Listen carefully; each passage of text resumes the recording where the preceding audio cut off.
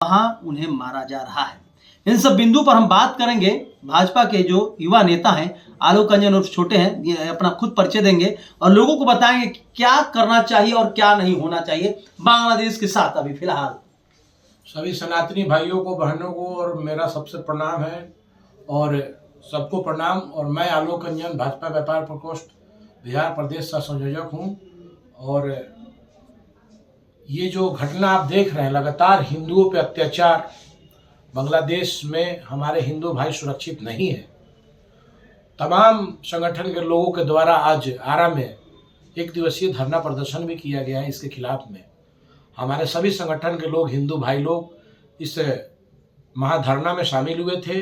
भाजपा के लोग भी साथ में थे, मैं भी था और बहुत सारे कार्यकर्ता थे। आप मीडिया के माध्यम से दिखा भी रहे थे।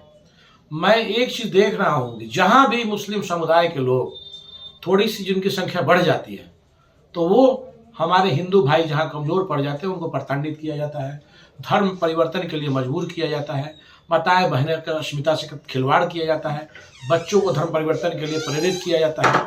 अभी नया नया में मैं कुछ दिन पहले वीडियो में देखा हूँ कि एक हिंदू भाई का अंतिम संस्कार के लिए उनकी डेड बॉडी को रखा गया था। जी हाँ, रखा हुआ था और उसमें हम लोग अपने हिंदू समाज के लोग जय श्री राम, राम नाम सत्य है बोलते हैं निकलने के लिए। जब हमारी शव यात्रा निकलती है तो राम नाम सत्य का हम लोग जय घोष करते हुए अंतिम संस्कार कराते हैं। लेकिन वहाँ पे मुस्लिम समुदाय के द्वारा, उनके मुस्लिम गुरु द्वारा हमारे हिंदू भाइयों से अल्लाह अकबर का घोष कराया जा रहा है। चूंकि कहा जा रहा है कि अगर तुमको अपने अंतिम संस्कार करना है तो अल्लाह अकबर करना होगा और जबरन कराया जा रहा है। इस तरह का घृत काम वहाँ पाकिस्तान में हो या बांग्लादेश में, उस तरह का अगर घृत काम हो रहा है तो हमें जागरूक होना पड़ेगा, हमें रुकना पड़ेगा और रोकना पड़ेगा। इस तरह की घटना नहीं होनी चाहिए। आपके बड़े बड़े चैनलों में हम बराबर ये देखते आ रहे हैं कि जहाँ भी हमारे हिंदू भाई कमज़ोर पड़ते हैं, अल्पसंख्यक हो जाते हैं, वहाँ पे मुस्लिम समुदाय के लोग के द्वारा परेशान किया जाता है। मैं एक सरकार से बात पूछना चाहता हूँ कि क्या जनसंख्या कानून हमारे हिंदू भाइयों के लिए है, क्या मुस्लिम के लिए नहीं है? क्या बड़े बड़े शहरों में मुस्लिम समुदाय के लोग, एक एक आदमी, छोटे शहरों या बड़े शहर में एक एक लोग 10-10 बच्चे पैदा करते हैं? उनको नागरिकता समाप्त कर देनी चाहिए, उनको देश निकाला का आदेश देना चाहिए। मैं सरकार से भी आग्रह कर रहा हूँ कि आप इस तरह का कानून लाएं। बहुत सारे हमारे राज्यों में इस तरह का कानून लागू भी हो रहा है कि अगर हम दो, हमारे दो के साथ अगर नहीं रहते तो उनको सरकारी नौकरी नहीं दी जाएगी। मैं चाहता हूं कि इतनी तेजी से संख्या मुस्लिम की बढ़ रही है तो हमारे प्रधानमंत्री नरेंद्र मोदी जी, हमारे महामहिम राष्ट्रपति श्री मुर्मू जी इस तरह के कानून लाए। भारत सरकार को तो इस पर फैसला लेना चाहिए क्योंकि भारत ने ही बांग्लादेश को वजूद में लाया था। देखिए, आज बांग्लादेश की अर्थव्यवस्था को सुदृढ़ करने में भारत का बड़ा अहम योगदान रहा है। बांग्लादेश भी पाकिस्तान के राह पर चल दिया क्योंकि बांग्लादेश पाकिस्तान का जब बंटवारा हुआ था उस समय हिंदू वहाँ अल्पसंख्यक थे, लेकिन आज 0.5% मैं यही कहना चाह रहा हूँ, अभी आपके चैनल के माध्यम से लोगों को बता भी रहा हूँ कि जब बंटवारा हुआ था तो हिंदू, पाकिस्तान और हिंदुस्तान का भी जब बंटवारा हुआ था तो मुस्लिम लोग अपना पाकिस्तान को चुने थे कि मैं मुस्लिम हूँ, मैं पाकिस्तान में रहूंगा। हमारे हिंदुस्तान में बहुत सारे हिंदू भाई थे जो वो ये चुनाव नहीं किए थे कि मैं हिंदुस्तान में रहूंगा, लेकिन मुस्लिम के लोग चुनाव करके चले गए पाकिस्तान में। और वहां जाने के बाद वहां पे हमारे हिंदू भाई की संख्या लगभग परसेंटेज प्रतिदिन गिरते जा रहा और आज स्थिति ये बनी हुई है कि पाकिस्तान से भी हिंदू का नामो निशान धीरे धीरे मिटते जा रहा है। जब पाकिस्तान से बांग्लादेश का जब बंटवारा हुआ तो हमारे ही देश के द्वारा, हमारे ही नेतागण के द्वारा उनको सुरक्षा दिया गया। उनको हर साल एक तरह से उनको प्रोत्साहन दिया जाता है, राशि के तौर पे बड़े पैमाने पे रकम दिया जाता है और उनको आज वही हमें आंख दिखा रहे हैं। वही लोग जो आज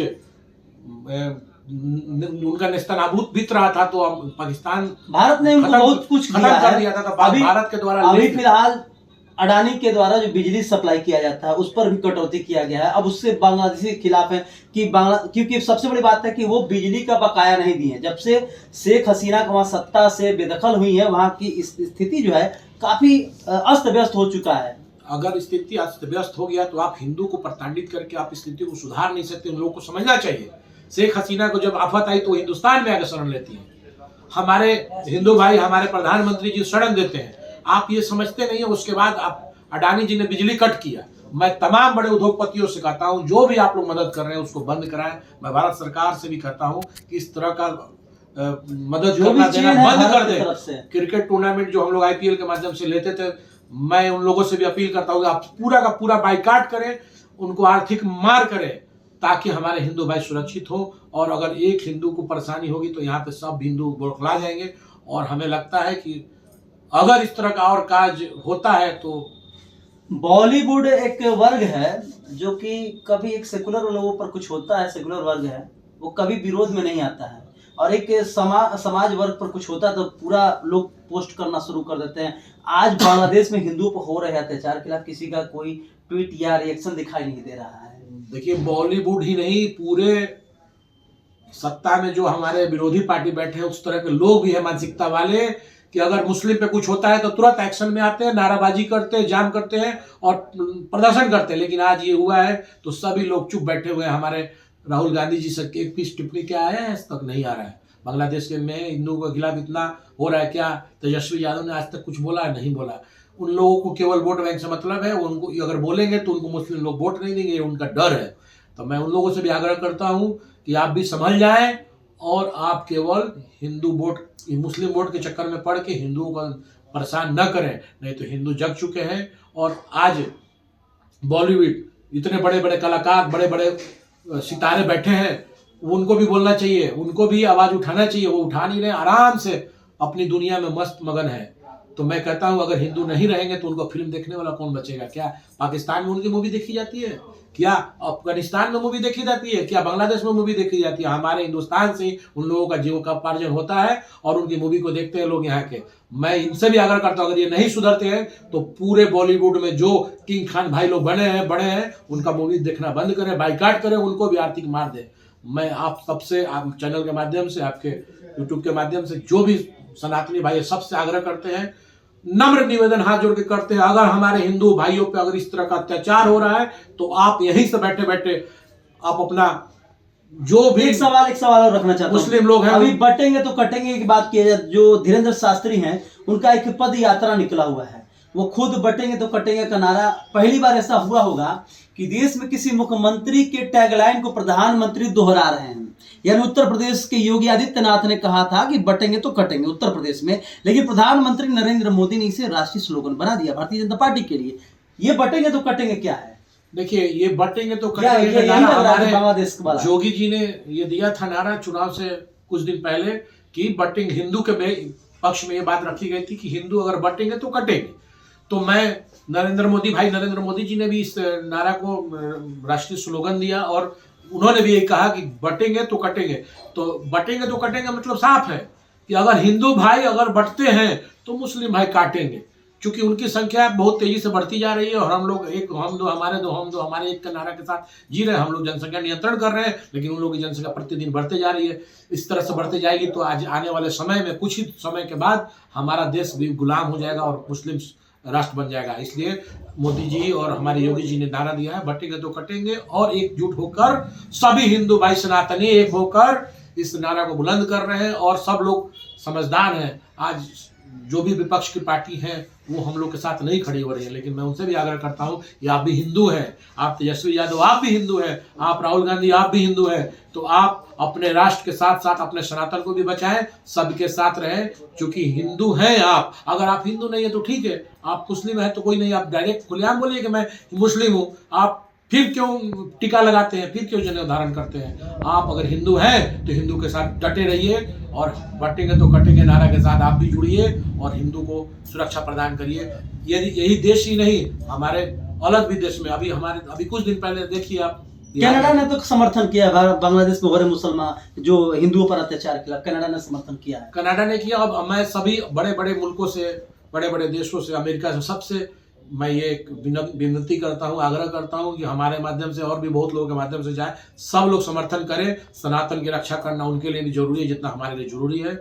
और बिहार में भी इस तरह की घृत कांड हो रहा है। अभी हम लोग कुछ दिन पहले गए थे, वहाँ भी रानी सागर में। रानी सागर कहाँ का? रानी सागर अरे बिहार में हमारे शाहपुर के नजदीक एक भोजपुर जिला में बिहार के भोजपुर जिला में शाहपुर के नजदीक एक रानी सागर छोटा सा गांव है। उस गांव में भी हिंदू बहुल क्षेत्र हो गए हैं और मुस्लिम वहाँ के परेशान उनको करते हैं। एक छोटे छोटे व्यापारी जो होते हैं हिंदू में, उनको परेशान किया जाता है, छोटी छोटी बातों को झगड़ा किया जाता है, उनकी महिलाओं को परेशान किया जाता है, बोला जाता है ज़्यादा बोलोगी तो सुरक्षित नहीं हो यहाँ पे। तो हम लोग तो बड़ा बात आपने कह दिया, तो जिला प्रशासन कहाँ है? हम लोगों ने, हमारी टीम, हमारी भाजपा की टीम, हम लोग गए थे वहाँ पे और बैठक रखा था। वहाँ पे भी देखा हम लोगों ने, वहाँ के हिंदू भाई बहुत डरे हुए हैं, सहमे हुए हैं। उनको मजबूर किया जा रहा है कि रानी सागर छोड़ के भाग जाओ, या बंद करो या धर्म परिवर्तन कर लो। लेकिन वहाँ के लोग डटे हुए हैं, अभी तक रुके हुए हैं। मैं भारत सरकार, बिहार सरकार और अपने जिलाधिकारी, इस विषय पे हमारी टीम एक जिलाधिकारी से भी मिली थी, RSP से भी मिले थे लोग। उस पर FIR भी हुआ है, लेकिन क्या एक्शन हुआ नहीं हुआ मुझे नहीं पता है। लेकिन ये जो चला आ रहा है हिंदुओं पे अत्याचार, जहाँ भी हिंदू कमजोर पड़े वहाँ मुस्लिम समुदाय अगर भारी पड़ते हैं तो वो धर्म परिवर्तन या उनकी महिलाएं सुरक्षित नहीं रहती। इस तरह का घृत्य काम बहुत तेजी से फैल रहा है, इसको रोकने की जरूरत है। और मुसलमान को भी जनसंख्या नियंत्रण कानून लगाकर उन्हें हम दो हमारे एक का नारा के साथ उनको भी इस तरह का करना चाहिए।